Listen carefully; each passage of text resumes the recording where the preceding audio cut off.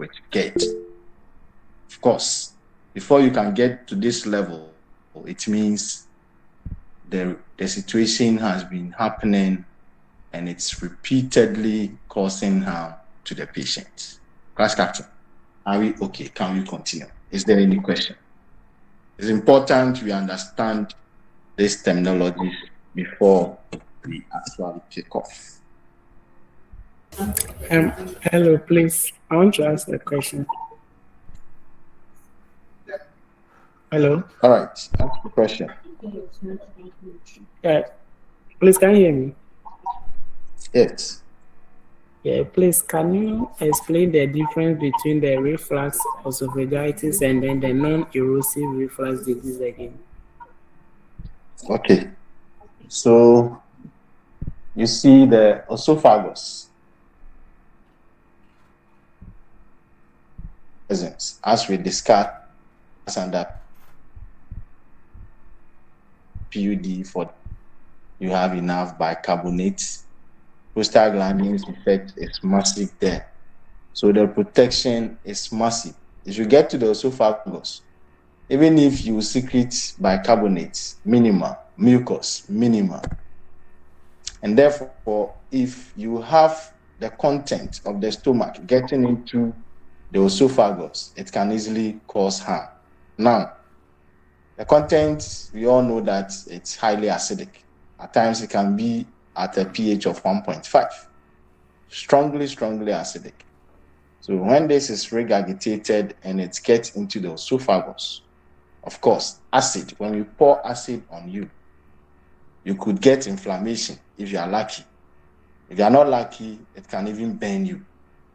So when it gets into contact and it causes only inflammation, then we refer to it as reflux esophagitis. Inflammation, but we don't have any wounds yet. But if it moves further after the inflammation and it causes wound formation, erosion of the squamous epithelium, that is where we refer to it as erosive esophagitis. You are causing erosion to the epithelial lining. Then somebody may have all the signs and symptoms, but on endoscopy, there is no erosion. The esophagus is intact. Fine, but the signs and symptoms are there. That is when we say that the patient is symptomatic, or there is what? Endoscopic negative reflux disease. Or of course, since there are no erosions, you can also call it non-erosive reflux disease. Please, are you okay? Yes, please. All right. Any further queries? Any further queries?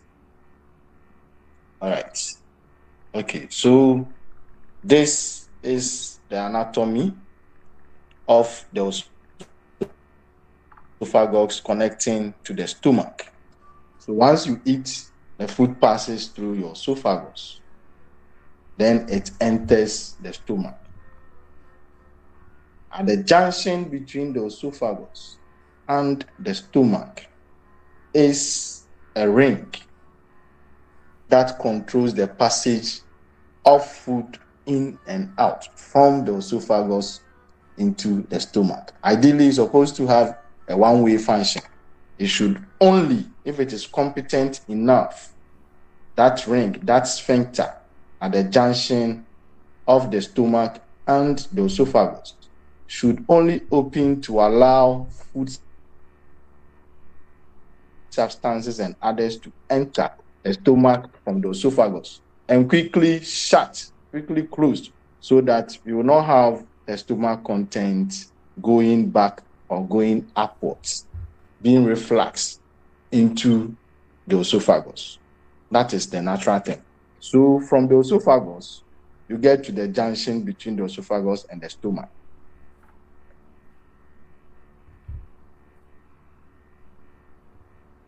That the lower esophageal sphincter, this, if it is competent, is supposed to be competent, and therefore after opening, it still remains open so that the stomach contents can go up. So we say that the LOS has lost its competence. It's not able to contract enough to keep this opening shut. It's not able to do that. At times too, per its position, it is almost around the opening within the diaphragm where the esophagus passes through and joins the stomach. That opening within the diaphragm is called the hiatus. Through whatever means, the hiatus is able to also augment the effect of this ring muscle so that it can also contract. And in some individuals, you may get what we call hiatal hernia, such that the lower esophageal sphincter may not be within the hiatus, or a certain portion of the stomach, notably the upper part close to the esophagus, called the fundus, may also move from its original position and pass through that opening within the diaphragm. Once you move from your original position as an organ or a tissue, we say that that is herniation. So moving through the hiatus, that is the opening within the diaphragm, and moving upwards.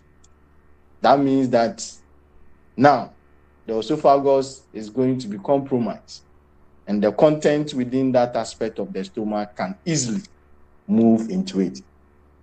And hiatal hernia is said to be one of the common causes of GERD. So number one, I mentioned incompetent LOS. Number two, hiatal hernia. Number three, anything that can increase abdominal pressure, be it obesity, be it taking heavy meals, be it being pregnant, be it ascites, anything can create enough pressure within the abdomen and overcome the contractile effects of the LOS, forcing the stomach content to move because you have enough pressure squeezing on the stomach. It can overcome the effect or the ability of the LOS to contract. And therefore, whatever that is here can be pushed upwards. That one too is a common cause. At times, we may take in certain substances, either drugs, food substances, that may cause relaxation of the LOS. It's not that the LOS has just lost its competence, but due to some food substances or drugs that we are taking, those things are able to cause relaxation of the LOS. And of course, once it is relaxed, it will open, and easily food substances together with acids and pepsin can be regurgitated into the esophagus for the individual to suffer from GERD. This may be enhanced with the person's position, your posture. So if it opens and you are standing or you are sitting upright, you are lying down or you bend downwards easily because of your position. The content in the stomach, if you bend whilst the LOS is open, can easily move into the esophagus. Or if you are sleeping and you don't have your head on some pillows, let's say 25 or 30 degrees higher as compared to your lower part of the body, and you are lying flat, then becomes easy for the content to move into the esophagus. And therefore, it is advised that when you are sleeping, especially those who have GERD as a problem, you need to make sure that you adjust or you have a head elevation about 25 to 30 degrees. This is not about heart failure issues, but just by way of gravity, If your head is up, it means that your esophagus will by all means be on the upper side as compared to the stomach. So gravity will make sure that things will never move up, but rather move downwards. And also, don't take heavy meals close to bedtime. You take heavy meals, especially the ones that contain fat. You create a lot of abdominal pressure that can augment regurgitation. You eat at least more than 3 hours before you go to bed so that you don't cause GERD. Ladies and gentlemen, these are the things that we are going to discuss as contributory factors to GERD. And therefore, we then devise strategies to eliminate them and make our patients happy. Any queries? Any queries? Any queries? By way of epidemiology, GERD is a very common condition. Almost all of us, in one way or another, we have suffered from GERD before. Some people, almost every day or every other day, they get it. It used to be a common problem in the Western world because of their habits. They eat a lot of fat, they eat at any time, but nowadays we have also copied them. And therefore, we are facing similar problems. Fried rice, what have you, they all contain a lot of fatty substances and a lot of spices as well. And all of these contribute.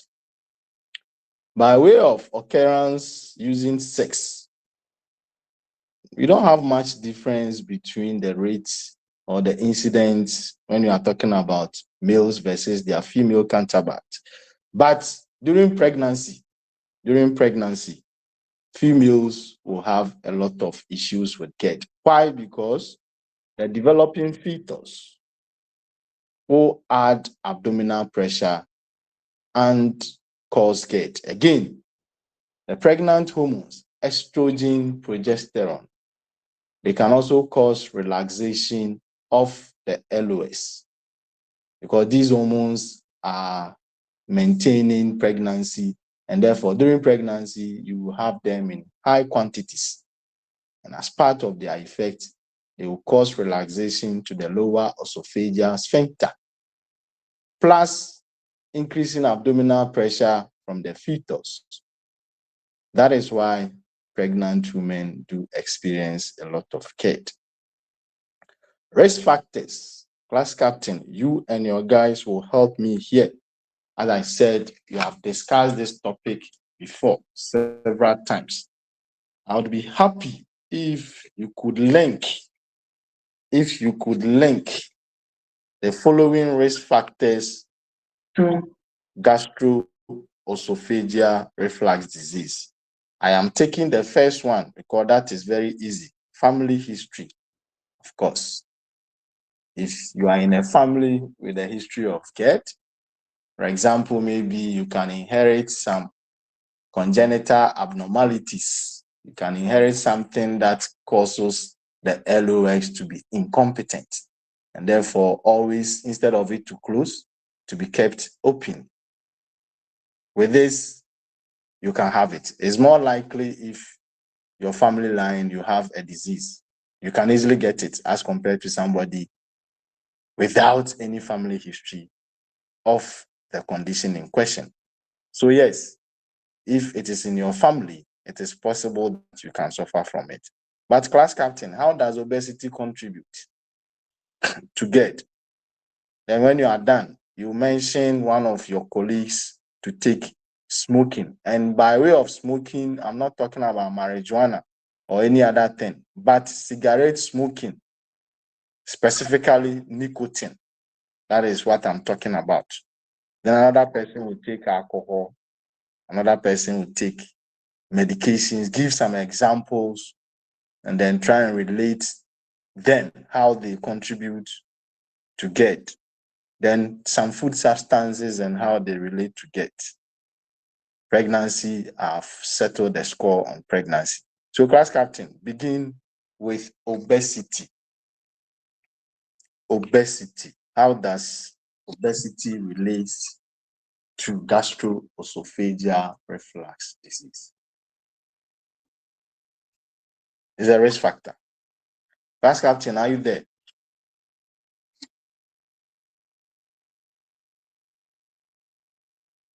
Hello?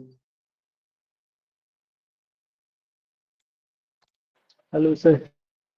Uh-huh. Is this class captain?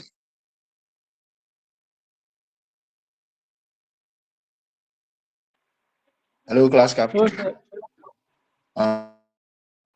You are to link obesity to gastroesophageal reflux disease. How does obesity contribute to GERD?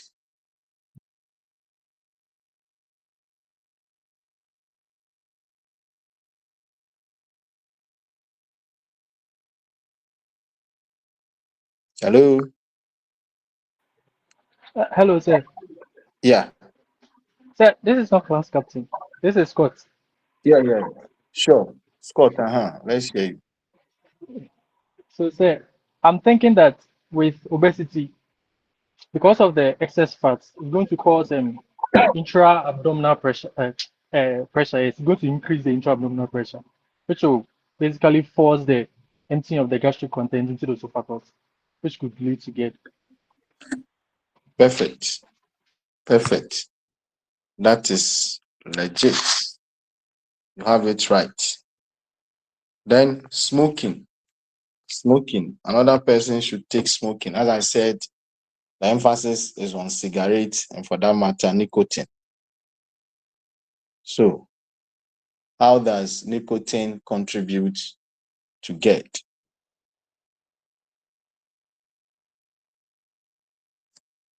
Nancy, is it a Kyoko? Yeah, Kyoko Nancy. Nancy Kyoko. Nancy, can you please help us?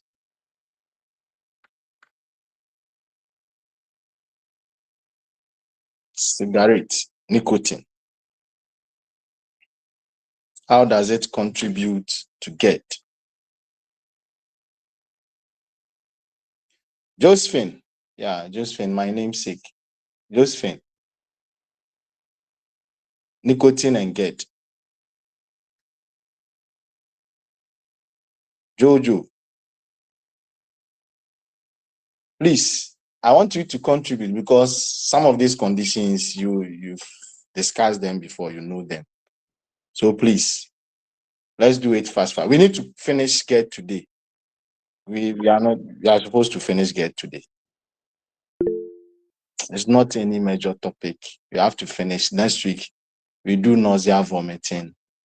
Then I'll leave the rest of the GIT topics to Prof. Takra to come and continue. We'll switch to another topic. Those six. Yeah. Isn't So nicotine. okay? Who is this? So you said Josephine. Yeah, Josephine. So please, the nicotine reduces the strength of the collagen, which surrounds the abdomen, and that was yes, and that would weaken the muscles surrounding the abdomen as well, and also it can produce cough, which would also increase the Okay, abdominal pressure. That so can in lead a to nutshell, you are saying that the nicotine will relax the LOS. Is that what you are yes, trying to say? yes, please, exactly, yes, please. All right. All right. Perfect. In addition to this, nicotine can also cause regurgitation of bile acid. That's another mechanism. It can also cause, remember, it's not only the stomach content that contributes to GERD. You can even get bile acid. That's what they refer to as alkaline esophagitis. It's a misnomer because bile secretions are not basic in nature.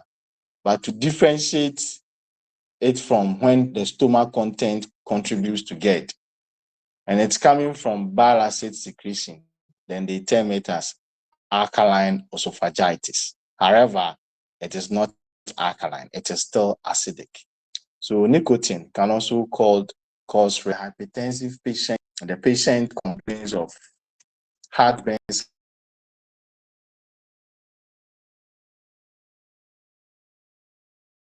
calcium.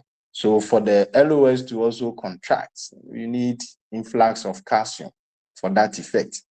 If you are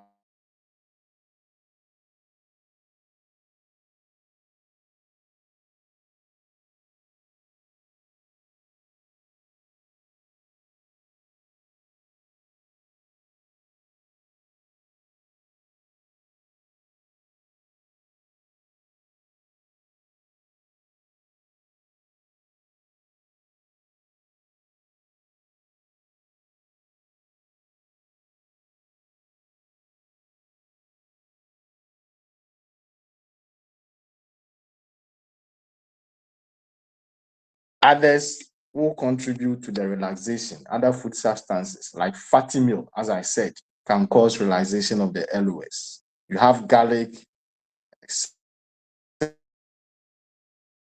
excessive onion, seeing carminatives in your preparations. Remember the Spencer lab, you use a lot of carminatives in most of your preparations. So like peppermint, spearmint, they can all cause relaxation of the LOS and contribute to GERD. So it means that if you want to diagnose somebody